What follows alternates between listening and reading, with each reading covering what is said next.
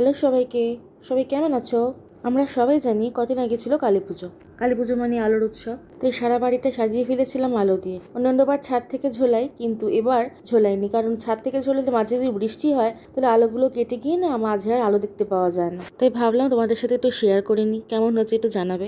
একটু অপটু হাতের কাজ জানি, কিন্তু তাও নিজের কাজ অবশ্যই ভালো লাগে দেখতে, সে যেমনই হোক না কেন। প্রথমবার কিভাবে লাইট লাগাতে হয় সেগুলো শিখলাম। আমার পাড়ার এক দাদা আর আমি মিলে কাজটা করেছি। এখানে দেখো বাগানটা কদিন আগে পরিষ্কার করা হয়েছে, দেখতে এত ভালো লাগছে।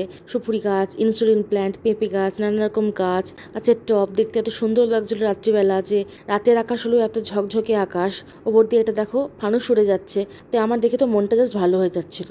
তাই ভালো তোমাদের সাথে তো শেয়ার করে নিই। বাগান আমার এমনি ভীষণ প্রিয় জায়গা, কিন্তু বাগানে যাওয়াই হয় না। তার একটা প্রধান কারণ হলো বাগানে রাতের দিকে আলো থাকে না। আলো থাকলেও যেটা যথেষ্ট নয়, তাও এরম ঝলমলে আলো থাকলে তো রাত্রিবেলা তো আর কথাই নেই, ভীষণই সুন্দর লাগে দেখতে। আর এটা কটা স্টিল তুলেছিলাম, তোমরা দেখে নাও কেমন লাগছে দেখতে। এবার চলে এলাম আমি আমার ঘরটাও সেদিন মনের মতো করে সাজিয়েছিলাম। তারপর দেখো একটা আলো এখানে, এটা আমাকে বৌদি দিয়েছে। আর বাইরেও আলো লাগিয়েছিলাম, যেটা তোমরা নিচ থেকে দেখতে পেলে। এবার মনের মতো ঘর গোছাতে পারলে মনটা যেন আলাদাই ভালো লাগায় ভরে যায়। তাই মনে হয় যেন ঘর থেকে আর বেরোবোই না, ঘরেই থাকি। এটা আমার ঘরই নয়, হয়তো আমি কোথাও বাইরে কোথাও ঘুরতে এসেছি। উপরে দেখো এই লাইটটা, একটা পর্দা লাইট, এটা আমি লাগিয়েছিলাম 3 বছর আগে। আমার খুব পছন্দের, কিন্তু লাইটটা এখনো সমানভাবে জ্বলছে। যত্ন করি ওই জন্যই। এখানে আমার বইয়ের র্যাক, আলমারি, ল্যাপটপ সবকিছুই চেষ্টা করি অর্গানাইজ ওয়েতে সাজিয়ে রাখার, কারণ সাজিয়ে রাখলে দেখতে ভালো লাগে, খুঁজতে সুবিধা হয়। আর সব থেকে বড় কথা, খুব পরিষ্কার দেখতে লাগে। এটা হলো আমার ড্রেসিং টেবিল।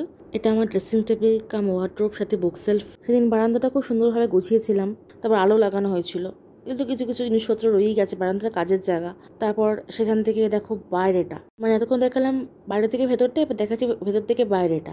এই যে লাইটটা লাগিয়েছিলাম, সেই লাইটের জন্য বাগানটাও কিরম আলো, লাইটটা এখান থেকে কিরম লাগছে দেখতে।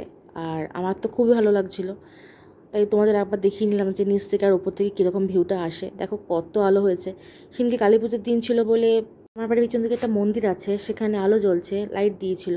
তো দেখতে খুবই ভালো লাগছিল। বছরের অন্যান্য সময় অন্ধকারই থাকে। চেষ্টা করি আমার ঘর গুছিয়ে রাখতে, মানে ঘর বা আমার বাড়ি গুছিয়ে রাখতে। যেদিনকে একটু বেশি গোছানো হয় সেদিনকে মনে হয় ছবি তুলে রাখি, একটুখানি আমার বাড়ি থেকে প্যাম্পার করি, কারণ এত ভালো লাগে তখন দেখতে। আমি চলে এলাম আমি আমার ঘর থেকে রাস্তার দিকে, বাড়ির ভেতর দিয়ে। দেখো কেরম সুন্দর আলো লাগিয়েছে রাস্তায়। তার ছবি নানান রকম অ্যাঙ্গেল থেকে তুলেছিলাম। দেখতে এত ভালো লাগছিল যে আমার নিজের এলাকা, নিজের বাড়ি বলে মনেই হচ্ছিল না। এই আলোর একটা বিশেষ কাজ আছে, তাহলে মানুষের মনকে ভালো করে দেওয়া। তার মন যতই খারাপ হোক না কেন, এই আলোর দিকে তাকালে মন যেন ঝলমল করে ওঠে। তাই আলোর মাহাত্ম্য এত সুন্দর, তাই কালী পুজোর মাহাত্ম্য যেন আলো দিয়ে পরিবর্তন করে দেওয়া হয়েছে। তাহলে আজকের মতো এটুকুই। ভিডিওটা কেমন লাগলো জানাতে তোমরা কিন্তু অবশ্যই লাইক, শেয়ার, কমেন্ট করে দিও। খুব শিগগিরই ফিরবো আরও একটা সুন্দর ভিডিও নিয়ে। ততক্ষণ টাটা অ্যান্ড টেক কেয়ার।